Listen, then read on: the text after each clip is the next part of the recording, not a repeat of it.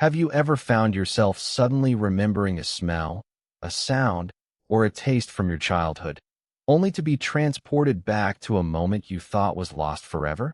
This phenomenon is a common experience for many of us, and it raises intriguing questions about how our brains create, store, and retrieve memories. The process of memory formation is a complex and multifaceted one, involving various regions of the brain and a delicate interplay of neural networks. In this video, we'll delve into the fascinating world of memory creation, exploring the latest research and insights into how our brains construct, store, and recall memories, including those we thought were lost forever. Beyond the edge of light, where the truth is hidden, next era. The human brain is a remarkable organ, capable of processing vast amounts of information and storing it for later retrieval. But how exactly do we create memories, and what happens to them over time? To answer these questions, let's start with the basics of memory formation. When we experience an event, our brains process the sensory information and create a neural representation of that experience.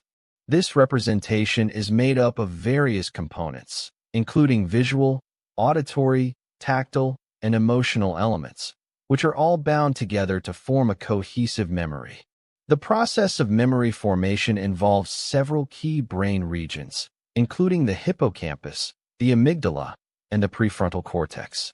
The hippocampus plays a critical role in the formation of new memories, particularly those related to emotions and experiences. The amygdala is responsible for processing emotional information, and it helps to strengthen the connection between the hippocampus and other brain regions. The prefrontal cortex, on the other hand, is involved in working memory, decision-making, and the retrieval of memories. One of the most significant discoveries in the field of memory research is the concept of consolidation. Consolidation refers to the process by which short-term memories are transferred to long-term storage. This process occurs through a series of complex neural mechanisms, including synaptic plasticity, which allows neurons to reorganize and strengthen their connections. During consolidation, the brain replays and revises previously experienced events, strengthening the connections between neurons and transferring information from the hippocampus to other brain regions for long-term storage.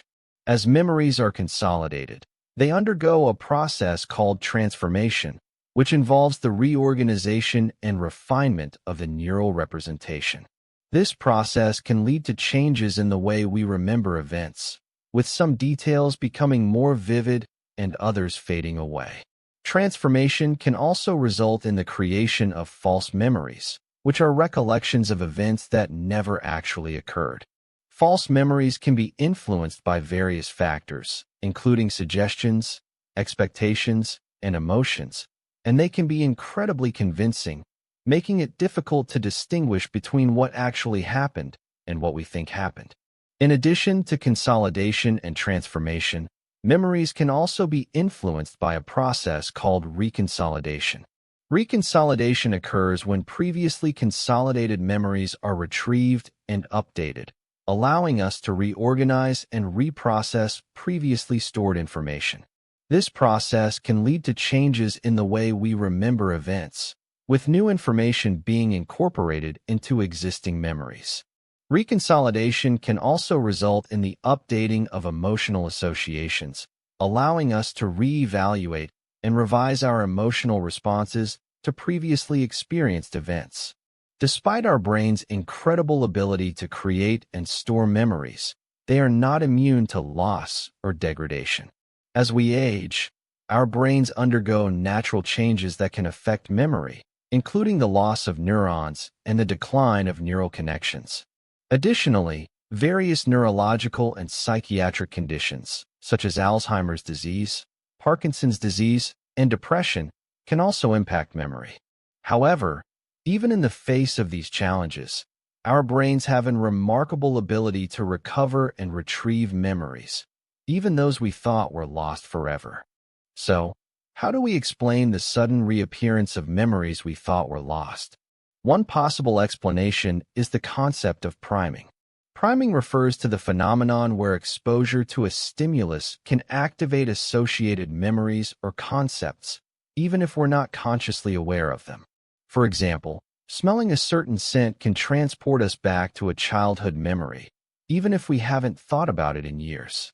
Priming can occur through various sensory channels, including visual, auditory, and tactile cues, and it can be influenced by emotional associations and personal experiences.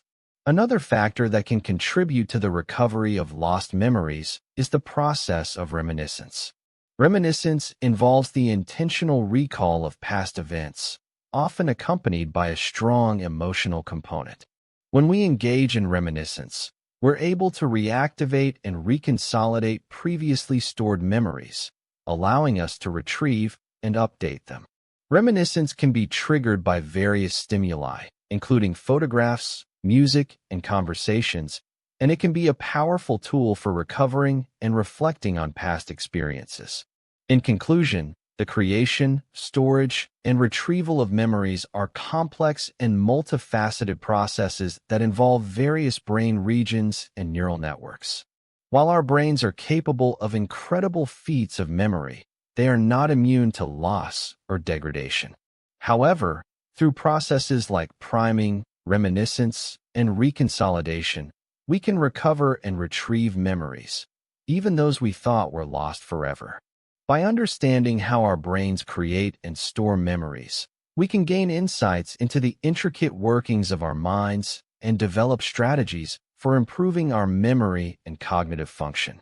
Whether we're trying to recover a lost memory or simply seeking to improve our overall brain health, the fascinating world of memory research has much to offer, and it's an area that continues to captivate and inspire us as we strive to unlock the secrets of the human mind.